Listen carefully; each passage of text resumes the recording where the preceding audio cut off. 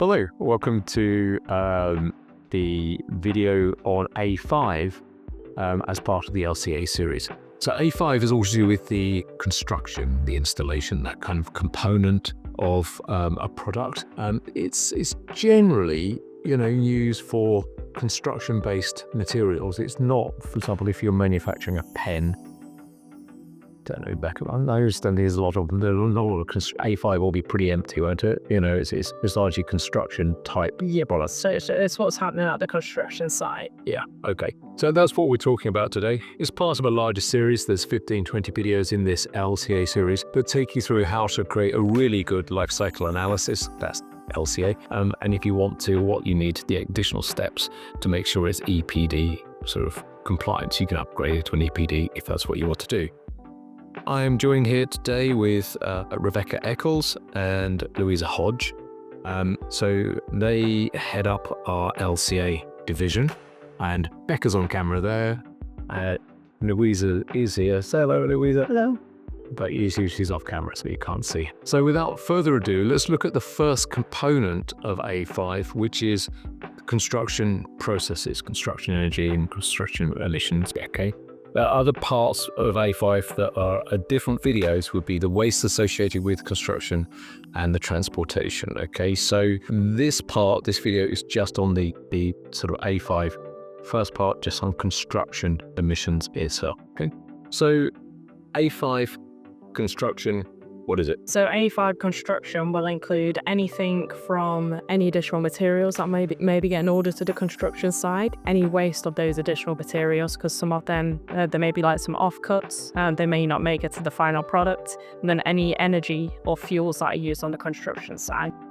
Okay, so I think we'd be expecting to see things like additional screws, glues, maybe some energy used by forklift trucks, stuff like that, to move things around. That kind of stuff, yeah? Yeah. Okay, great. In terms of the data required, what's the data that is required for this?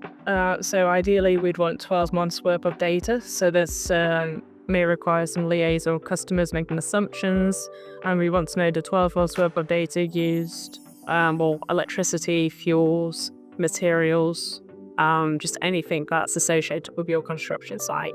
All right. So as an example of where this can make a difference, let's have a think about cladding, for example. Imagine that I sell cladding, and I've got two products in my cladding range. The first is something that you have to stick and nail into place, and you have to get a bracket to hold it in place. Okay? Not unreasonable. That's product A. Product B, do you know what? It's super clever, and it just hooks in place onto a building. It hooks into some form of support that they do during the manufacture phase of the building surface itself. So you can see that the product A in this A5 construction part will have a lot more going on than product B. So therefore, in the total life cycle assessment of the product, product B is going to come out better than product A. That's the kind of thing we're looking at here. So the accuracy, completeness, and data period that we require, I think you've said it's an annual data is the best way of going about it. And then you just want the data to be specific to your product. So if at a construction site, you're constructing a house, but you're only concerned with, I don't know, a panel that's going onto the wall, you just want the electricity, fuel consumption that's been ratioed down to attach that panel to the wall of the house. Yeah. And I think it's better to say in this particular model, there's a lot of assumptions that are made because you're not going to get perfect data, right? It's designed to show off, cladding A versus cladding B, which is a lot simpler. There are, in this particular part, I know there's a lot of assumptions because, it's not you collecting the data, it's someone else, and getting hold of that data is sometimes extremely difficult, okay? So a lot of assumptions. Why don't we have a look at it in action? Becca, can you show us how to use it, please? Yes.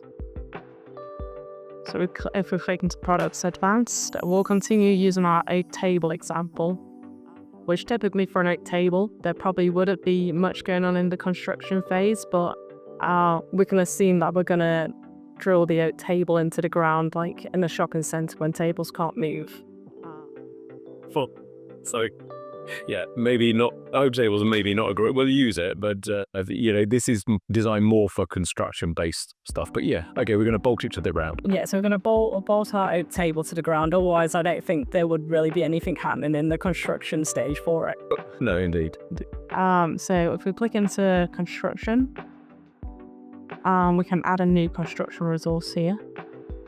Again, you can name your resource. So here, I might just name it bolts. So we know our bolts are made of steel. So if I put steel, and we can narrow this down. So if we look here, we've got European, we've got rest of the world. We're in Europe, so we'll assume Europe. Well, we're not quite in Europe.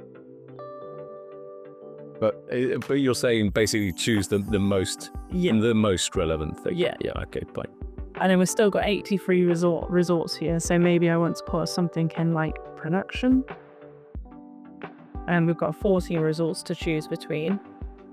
So here we've got steel, low alloyed, plenty of options to choose. Again, just choose one that's most applicable to you. So I'm going to go with this low alloyed option. And then we know our units kilograms, so we'll just enter the total number of kilograms we've assumed is being used to bolt all of our tables into the ground for all of our customers. So maybe that's just 100 kilograms. And 100% of that is being used for our product. And then we just press submit.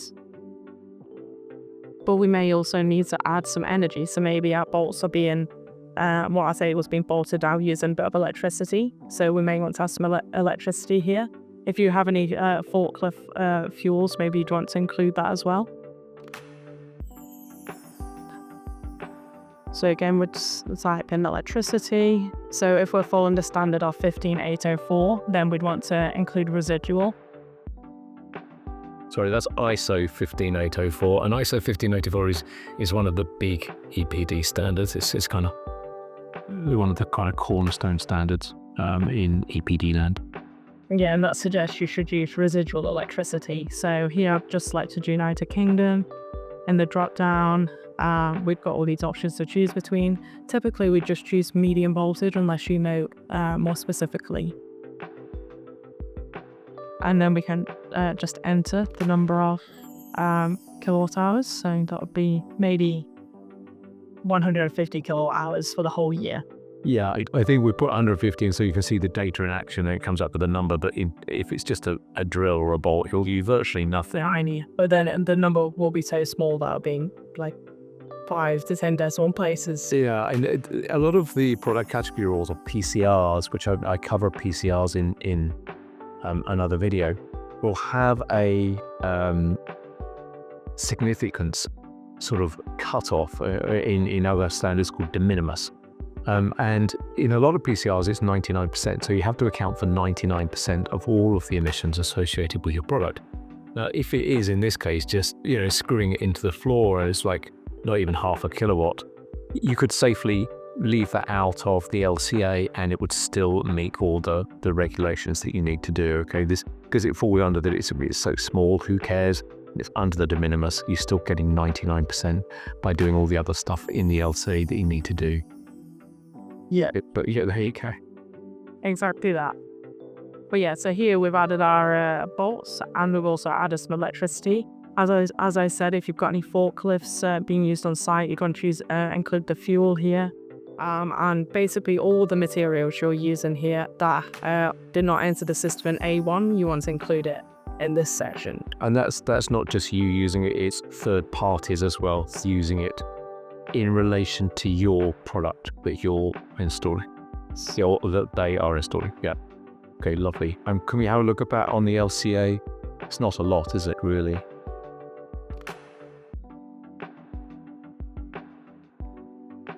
Yeah, it's tiny. It's tiny. Great. Okay. Thank you. In terms of best practices, what can you recommend here? Speak with your customers as much as you can. Maybe you've got a data sheet about your products and recommendations of how to install it, which would actually help you out.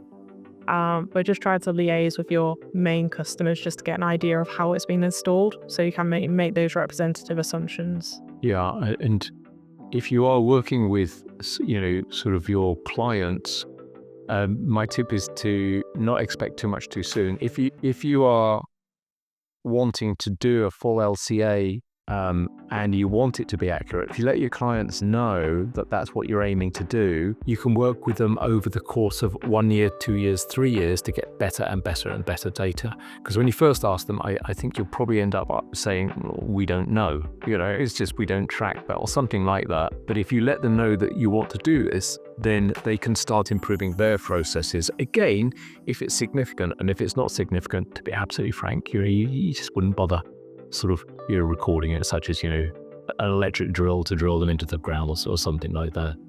Great.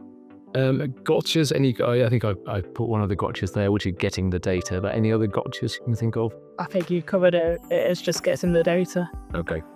So in summary, Becca. In summary, this module is just about everything that happens at your construction site. So any energy, resources, fuels, anything that's being used at a construction site, you want to include that here. Lovely. Okay, thank you. Well, look, that covers off for the first of these A5 modules, which is the construction piece itself. We're next going to be talking about construction waste, and then the video after that, the transportation during construction. But I hope that was useful. It's part of a bigger series. This video is part of the LCA series, 15, 20 videos on how to construct high quality LCA. And if you found it useful but you still have any questions or you need to get in contact with us, please do. We're here to help. And if it's anything to do with carbon accounting, LCAs, EPDs, anything like that, if we can help, we certainly will. Okay? So it's thank you from me. Thank you very much. And Louisa, the voice in the background, she genuinely is here. We just can't see her. Okay, I'll see you next time. Cheerio. See you later. Bye.